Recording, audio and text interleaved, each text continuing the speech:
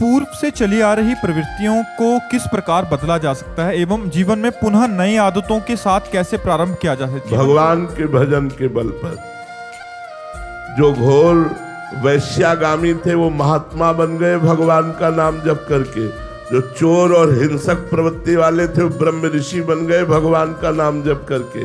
राम राम भी कहना नहीं आता था, मरा मरा कह करके ब्रह्मर्षि हो गए। यदि हम भगवान का नाम जप करेंगे तो हमारे पूर्व संस्कार नष्ट हो जाएंगे और नवीन दैवी संपदा के संस्कार जागृत हो जाएंगे। इसलिए हमें खूब भगवान का नाम जप करना चाहिए। पर नाम जपने में तभी हमारी रुचि होगी जब हम भोजन शुद्ध पाएंगे। सांसारिक भोजन पाओगे, ये नाना प्रकार की जो आधुनिकता चटोरेपन की चली है, तो अभी भजन नहीं होने वाला। सात्विक भोजन पाओ, भगवान को अर्पित करके पाओ, तो भजन में रुचि होगी। और चटोरेपन में इधर उधर खाते घूमोगे तो फिर भजन में रुचि। जिसका भोजन नीरस उसका भजन सरस, जिसका भोजन सरस उसका भजन नीरस, पक्का समझ लो। तो अगर भजन करना है तो भोजन सुधारना होगा, और भजन स्वभाव को सुधारता है। भजन पूर्व संस्कारों को नष्ट करके नवीन संस्कार प्रकट करता है, जो भगवान की प्रसन्नता का हेतु होते हैं। इसलिए खूब भजन करो, नाम जप करो। यही नाम जप पूर्व पाप और पूर्व संस्कार दोनों को मिटाकर नवीन दैवी संपदा का हृदय में संचार कर देते हैं। शिव कुमार जी लुधियाना से। राधे राधे महाराज जी। महाराज जी, पूर्ण शरणागति का अर्थ क्या है? आम शून्य भगवद स्मरण परायण जीवन। पूर्ण शरणागति का तात्पर्य है तदर्पिता अखिलाचारिता तद विस्मरणेन परम व्याकुलते। भगवान को समस्त कर्म समर्पित, लेकिन कर्म समर्पित वही होते हैं जो भगवान के अनुकूल कर्म होते हैं, अर्थात शास्त्राज्ञा के अनुसार कर्म, और वो भगवान की प्रीत्यर्थ और निरंतर भगवान का स्मरण, और ये सब भगवान की कृपा से हो रहा है, ऐसा अनुभव होना, ये शरणागति का लक्षण है। अहम शून्य जीवन, अहंकार रहित जीवन, देहाभिमान जिसका गलित हो चुका है, जो अपने को तृणादपि सुनीचेन तरोरियु सहिष्णुना अमानिना मान देनो कीर्तनिया सदा हरि, जो अपने को तृण के समान नीच समझता है, वृक्ष के समान सहनशील, दूसरों को सम्मान देना, स्वयं सम्मानम कल्याति घोर गर्णम, सम्मान को विष के समान समझता है और दूसरों को सम्मान देता है। अमानिना मान देनो, स्वयं अमानी रहकर सबको मान प्रदान करता है, वो भगवान का शरणागत भक्त होता है, जो अहम शून्य है। अहम शून्य बहुत खास बात है। अहम शून्य जीवन, भगवत स्मरण प्राण जीवन, यही शरणागति का स्वरूप है। गणेश चौहान जी मध्य प्रदेश से। राधे राधे महाराज जी। महाराज जी, संतों और गुरुजनों के मुख से नवदा भक्ति के बारे में सुना है। महाराज जी, इस कलयुग में कौन सी भक्ति श्रेष्ठ है? भगवान का नाम जप। कृतयुगे ध्यायते विष्णुम त्रेतायाम यजितैमखै द्वापरे परिचर्यायाम कलो तद्धरि कीर्तनात्। सतयुग में ध्यान से भगवान की प्राप्ति होती है। त्रेता में यज्ञ के द्वारा भगवान की प्राप्ति का साधन माना गया।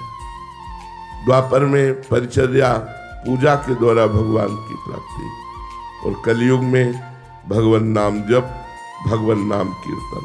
कलयुग केवल नाम आधारा, सुमिर सुमिर नर उतरहि पारा।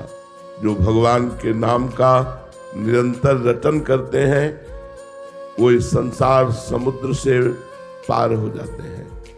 और बड़ी सूक्ष्म बात गोस्वामी जी ने कही, नाम लेत भव सिंधु सुखाही, करहु विचार सुजन मन माही।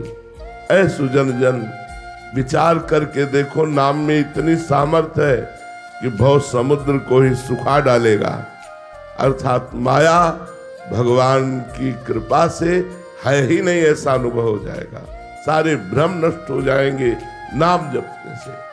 अगर नाम जप नहीं है तो राम राम राम जी जो लो तू न जपी है, तो लो तू कहूं जाए तिहू ताप तपी है। सुरसर तीर बिन नीर दुख पाई है, सुरतर तरे तो ही दारिद्र सताई है। गोस्वामी जी कह रहे चाहे जितना उपाय कर लो, अगर नाम जप नहीं करोगे तो भव सिंधु से पार नहीं हो सकते। छूटबे के जतन विशेष बांधे जाएगो, होए है विष भोजन जो सुधा सान खाएगो।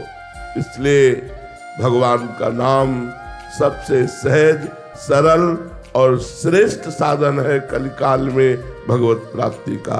हरेर नामो हरेर नामो हरेर नामैव केवलम, कलऊ नास्तेव नास्तेव नास्तेव गति अन्यथा। कलयुग में और कोई गति नहीं है, नहीं है, नहीं है, केवल भगवान नाम है, केवल भगवान नाम है। भूमिका भारद्वाज जी मुंबई से। राधे राधे महाराज जी। गुरुदेव भगवान, आपने सत्संग में बताया है कि बड़ो ही कठिन है भजन डिग भरीबो। महाराज जी, भजन करना कठिन, करके पचाना कठिन, पचाकर बचाना कठिन, अर्थात हमें भजन को बहुत संभालना है। महाराज जी, साधक अपने भजन को प्रभु को समर्पित करता है तो तब उसके भजन बढ़ने से सिद्धि क्यों आती है? सिद्धि आने से उसका भजन नष्ट होता है और इस परिस्थिति में साधक को कैसे बचना चाहिए? जो भगवान को समर्पित करता है और भगवान के समर्पण में रहता है तो सिद्धि आती ही नहीं है। सिद्धि अहम युक्त साधना में आती है, अहम शून्य साधना में नहीं आती। हमारे वृंदावन के सिद्धों में कभी कोई चमत्कार देखा हो तो आप बताइए कि कुछ चुटकी बजा दी, कुछ हो गया? कुछ नहीं। साधारण लोग गाली दे देते हैं, सह करके चुपचाप निकल जाते हैं, रोटी मांगते हैं, खाते हैं और प्रिया प्रीतम साथ खेलते हैं। परम सिद्ध भगवान जिनके साथ खेलते हैं, ऐसे सिद्धों में कोई सिद्धि देखी क्या? आती ही नहीं सिद्धियां। रिद्ध सिद्ध पेर होए वो भाई, बुद्धि लोभ दिखावे भाई। होए बुद्धि जो परम सयानी, चिंतन चितई ना नहीं जानी। ये अहम जिनके हृदय में साधना का होता है, वहां सिद्धियां प्रकाशित होती है। अहम शून्य हृदय में सिद्धि नहीं, प्रेम प्रकाशित होता है, दैन्यता प्रकाशित होती है, भक्ति प्रकाशित होता है, शुद्ध आत्म स्वरूप का बोध प्रकाशित होता है। तो ये भगवान के द्वारा भेजी हुई सिद्धियां वही प्रभाव दिखाती जहां थोड़ा भी अहंकार बकाया रह जाता है। अहंकार शून्य हृदय में सिद्धियां प्रकाशित नहीं होती। चंद्र त्यागी जी गाजियाबाद से।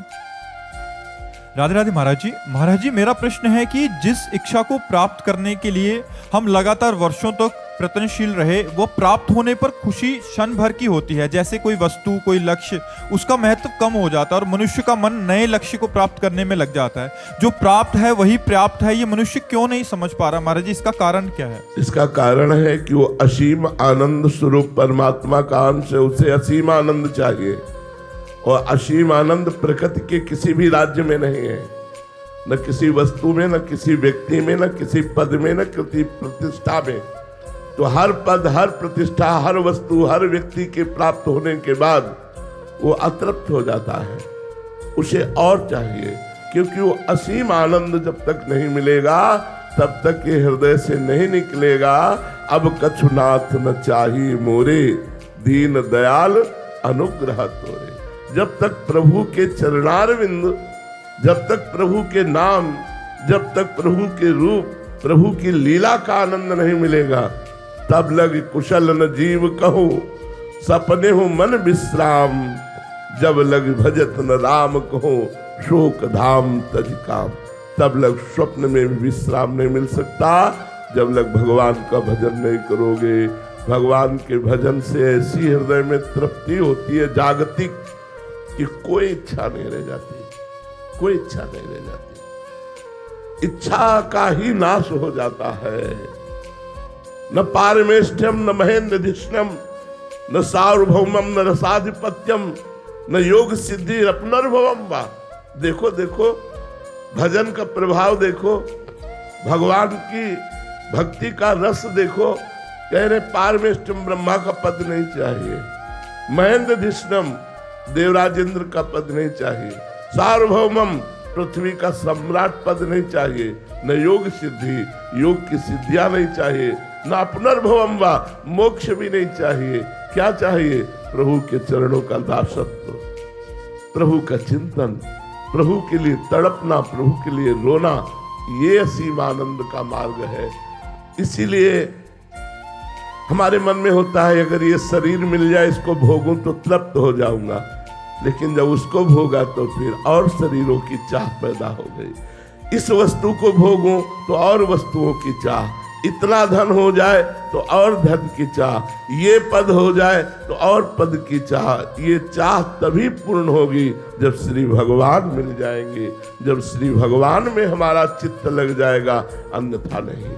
क्योंकि हम असीम आनंद परमात्मा के अंश हैं, तो हम असीम आनंद परमात्मा की ही प्राप्ति में संतुष्ट हो सकते हैं, अन्य किसी से हो ही नहीं सकते। चाहे त्रिभुवन की राज्य लक्ष्मी एक को दे दी जाए तो भी वो संतुष्ट नहीं होगा।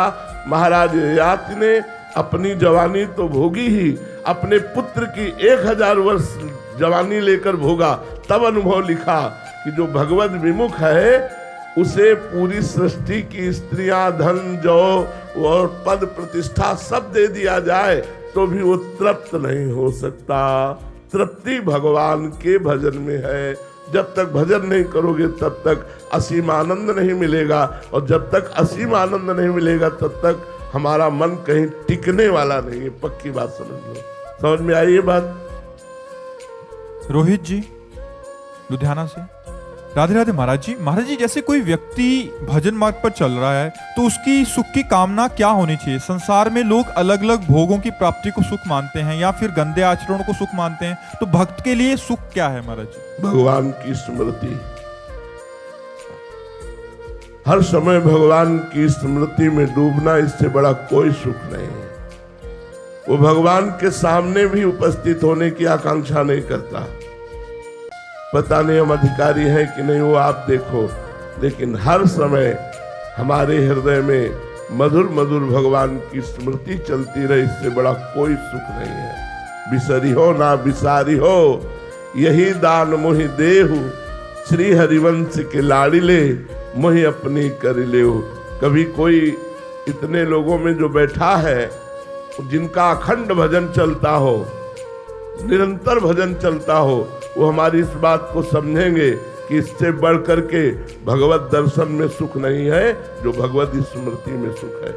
अखंड स्मृति में डूबा हुआ उपासक सतरति सतरति सा लोकाम तारयति, वो स्वयं तर जाता है, स्वयं तर जाता है, लोकों को तार देता है। सबसे कठिन साधना है अखंड स्मृति, निरंतर भजन, तैल धारावत भगवत स्मरण।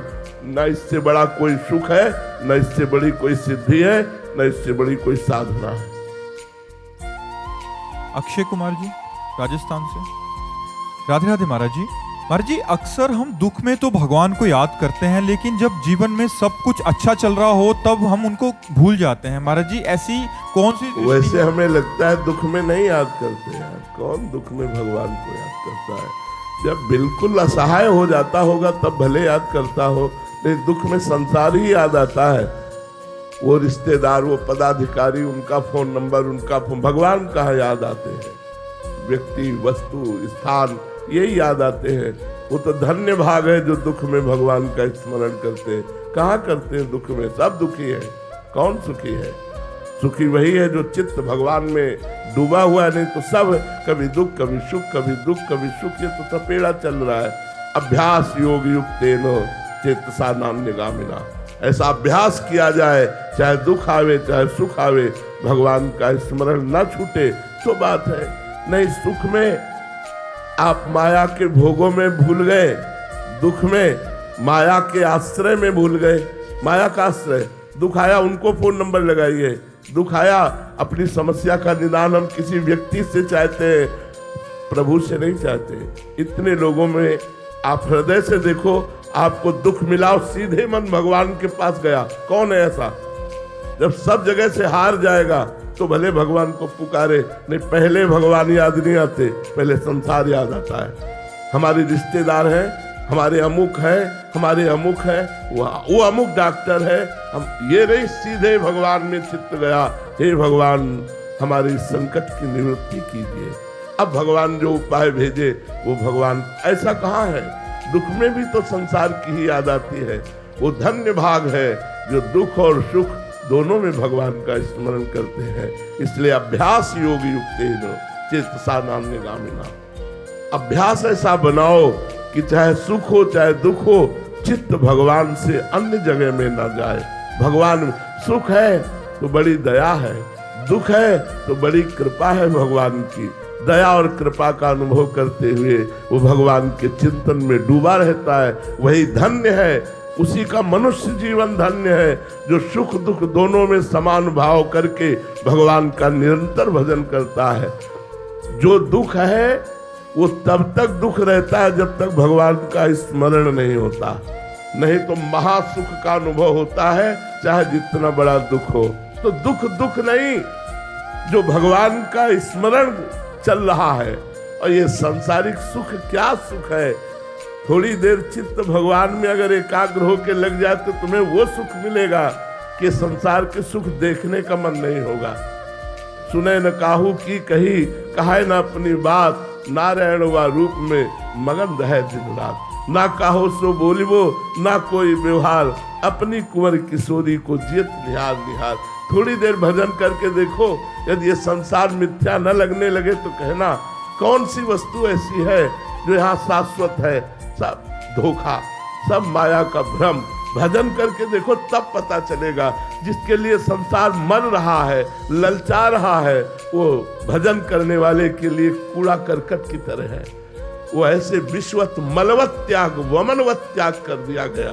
भजन के बिना वो सुख, वो शांति, वो अनुभव कहीं नहीं। मान लो मेरी बात, रहो संसार में रहो, कार्य करो संसार के, लेकिन स्मरण करो भगवान का, चाहे सुख हो चाहे दुख हो।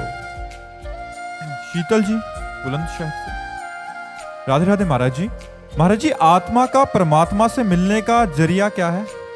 वैसे आत्मा ही परमात्मा है, परमात्मा ही आत्मा है। आत्मा ही परमात्मा है और परमात्मा ही आत्मा है। किंचन मात्र भेद नहीं, केवल अज्ञान के कारण ऐसा लगता है। वही आत्मस्वरूप पर ब्रह्म परमात्मा हृदय में विराजमान है। हाँ, अंतःकरण का भगवत भाव में भर जाना ही परमात्मा प्राप्ति है। मन, बुद्धि, चित्त, अहंकार, जिसमें दो की प्रधानता की गई, मन और बुद्धि की। इसलिए भगवान श्री कृष्ण ने गीता जी में कहा है, मय्येव मन आधत्स्व मयि बुद्धि निवेशय निवेश्य मय्येव अतु ऊर्ध्वं न संशया। तू अपना मन मेरे में लगा दे, अपनी बुद्धि मेरे में लगा दे, तो तू मेरे में ही निवास करेगा, इसमें कोई संशय नहीं है। तो भगवान की प्राप्ति का सहज सरल साधन है मन को भगवान में लगाना। तो लगाने का साधन क्या है? भगवान का नाम कीर्तन करना, नाम जप करना, सत्संग सुनना, भगवान की लीला कथा सुनना, भगवान की लीला कथा पढ़ना, भगवान के भक्तों के चरित्र पढ़ना, भगवान के भक्तों का संग करना। इन्हीं के द्वारा हमारी मन और बुद्धि भगवान में लग जाती है। मन बुद्धि का भगवान में लगना ही भगवत प्राप्ति है। सत्यानंद जी पटना बिहार से, राधे राधे महाराज जी। महाराज जी, हमें अपने गुरु के बनने के लिए क्या करना चाहिए? गुरु के बनने के लिए? हाँ, गुरु के बनने के लिए ऐसे बस कोरा कागज हो जाना चाहिए। मैं कोरा कागज हूं, मेरे गुरुदेव जो इसमें लिख दे वही बात है।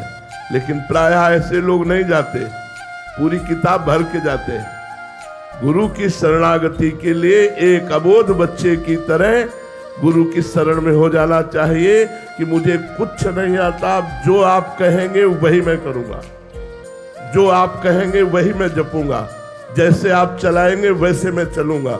ये शरणागति गुरु की यदि हो जाए तो वो बड़ा विज्ञ साधक हो सकता है, बड़ा प्रवीण साधक हो सकता है, बहुत ज्ञानी महात्मा हो सकता है।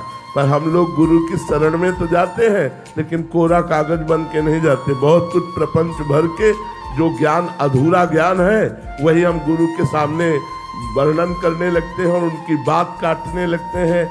अगर हम गुरु के सामने अबोध बच्चा बन करके जाएं तो सब का सब गुरु ज्ञान हमारे हृदय में प्रकाशित हो जाए। कृष्ण प्रभाकर जी चंडीगढ़ से। राधे राधे महाराज जी। महाराज जी, कैसे पहचाना जाए कि सच्चा भक्ति भाव मेरे अंदर है या ये केवल भावुकता है? जब हर क्षण भगवान के प्रति हमारी वृत्ति बढ़ने लगे, हर क्षण भगवान की स्मृति बढ़ने लगे, गंदे आचरण कम होने लगे, काम क्रोध लोभ मोह मद मत्सर ये गंदा आचरण कम होने लगे, चाह मिटने लगे, इच्छाएं कम होने लगे, तो जानना चाहिए हमारे अंदर सही भक्ति भाव है।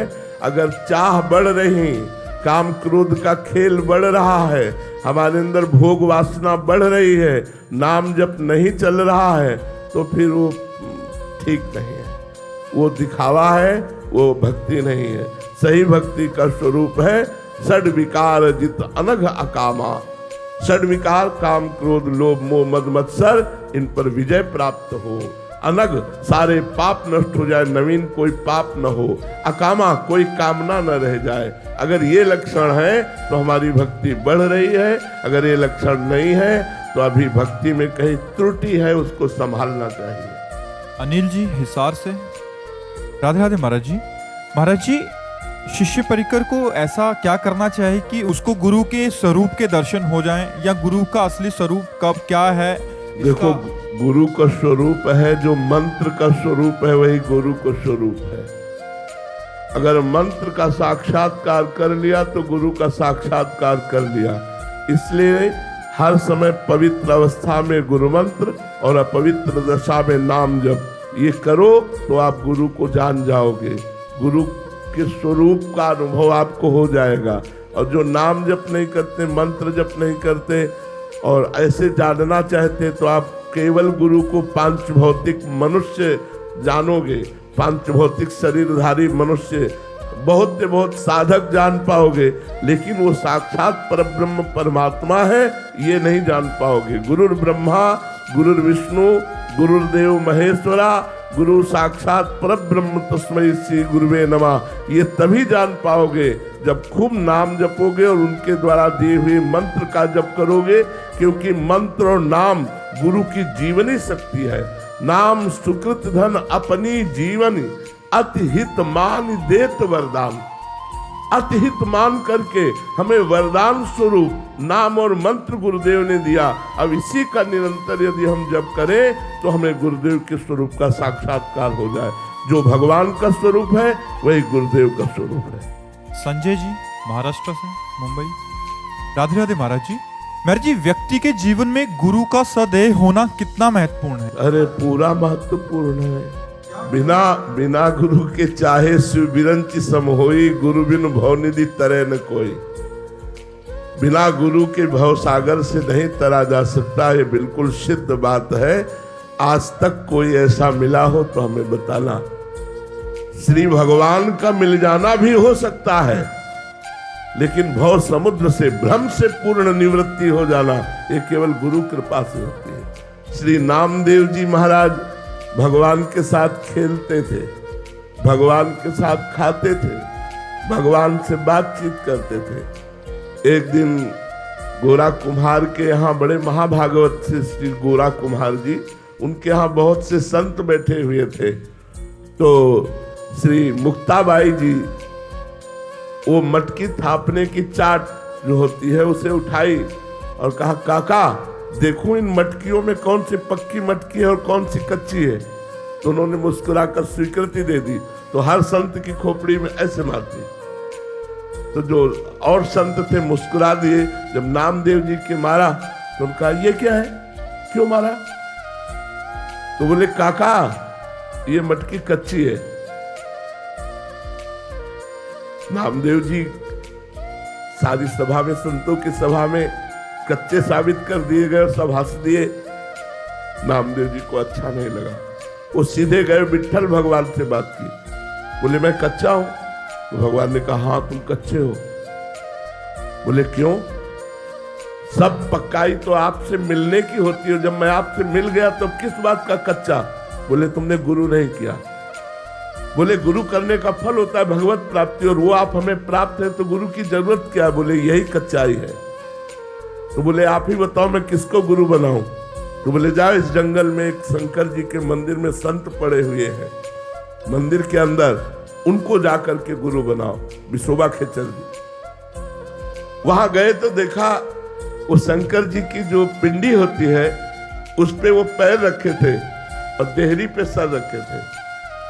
तो नामदेव जी ने देखा कि इनको गुरु बनाए जो एक आस्तिक भी नहीं है। उन्होंने कहा ए बाबा ये अपने पैर हटाओ, शंकर जी के ऊपर पैर रखे हो। बोले बेटा जहां शंकर जी ना हो वहां पैर रख दो, जहां शंकर जी ना हो वहां पैर रख दो। तो उन्होंने जहां जहां पैर हटाने की कोशिश की वहीं लिंग प्रकट हो गया, क्योंकि सब कण कण शिव स्वरूप है, ब्रह्म स्वरूप है। तब उठे और कहा बेटा कण कण भगवान का स्वरूप है। उन्हें गुरु बनाया और इसी के बाद उन्होंने कुत्ते में भगवत साक्षात्कार कर लिया। जब भगवान के पास गए तो भगवान ने कहा देखा गुरु का चमत्कार, मैं ही उस बालिका के रूप में थाप मार रही थी, तब तुम मुझे नहीं पहचान पाए और गुरु कृपा हुई तो कुत्ते में तुमने मुझे पहचान लिया। तो गुरु के बिना भगवत साक्षात्कार करना असंभव है। कोई भी हो कहीं भी हो, गुरु बिनु भव निधि तरिय न कोई, चाहे शिव विरंति सम होई। गुरु कृपा अत्यंत अनिवार्य है और हमारा जीवन तो गुरु कृपा के ही आश्रित है। इसलिए हम तो जानते ही नहीं कि गुरु कृपा के बिना कुछ हो सकता है, न जानते हैं न मानते हैं। बिना गुरु कृपा के परमार्थ में कुछ हो सकता है ये तो ना मुझे पता है और ना मेरा विश्वास है। चाहे जितना अहंकार से साधना कर लो, एक थप्पड़ लगाएगी माया तो काम क्रोध के चरणों में मारे घूमे हुए। गुरु कृपा के बिना इस माया से निकल पाना मुझे जैसा अनुभव होता है और शास्त्रों में जैसा पढ़ा है अत्यंत दुर्गम, अत्यंत दुर्गम। प्रकट में गुरुदेव का होना अत्यंत अनिवार्य है। महाराज जी एक तो है जो प्रकट में जिनको गुरुदेव शासन कर रहे हैं, और एक है मंत्र ले लिया, बट उनमें कैसे महाराज जी संचार होता है गुरु कृपा का? मतलब जो दूर रह रहे हैं, जो आपसे मिलते नहीं है, तो उन पे कैसे कृपा? गुरु की आज्ञा का पालन करना। जो गुरु ने मंत्र दिया है, उपासना दी है, शास्त्र स्वाध्याय रहनी दी है, वैसे रहो तो आपके ऊपर गुरु कृपा आ जाएगी, गुरु कृपा बरस जाएगी। अगर आपको मंत्र दिया, उपासना दिया और मनमानी आचरण करते हो, मंत्र नहीं जपते हो, तो आप गुरु कृपा पात्र नहीं है। कृपा पात्र वही है जो आज्ञा का पालन करे। अब जो ही कहे करे हम सोई, आयस लिए चले निज दासी, मन क्रम वचन त्रिशुद्ध सकल मत हम श्री हरिवंश उपासी। जो आज्ञा गुरुदेव ने दी उसी आज्ञा के अनुसार हम अपनी जीवनचर्या बनावे, दिनचर्या बनावे, तो चाहे लाख कोस दूर रहे हमारे ऊपर गुरु कृपा बरसती रहेगी। महाराज जी आपको लाखों लोग सुनते हैं महाराज जी, कुछ ने तो प्रकट में दीक्षा लिया है, जो आपकी आज्ञा में चल रहे हैं वो भी गुरु कृपा के। हाँ, जो आज्ञा में चल रहे हैं, दीक्षा नहीं लिए, उनका भी परम मंगल होगा, क्योंकि जैसे वो राधा राधा जप रहे हैं तो यही गुरु मंत्र हो गया, और जो हम आचरण बता रहे हैं यही उपदेश हो गया। मंत्र और उपदेश दोनों का पालन करना ही तो शिष्यता है। तो वो चाहे कंठी बंधवावे चाहे ना बंधवावे, उनका परम कल्याण निश्चित है, क्योंकि राधा नाम मुख से श्रवण करके, उपदेश श्रवण करके वो चल रहे तो उन पर गुरु कृपा बरसेगी।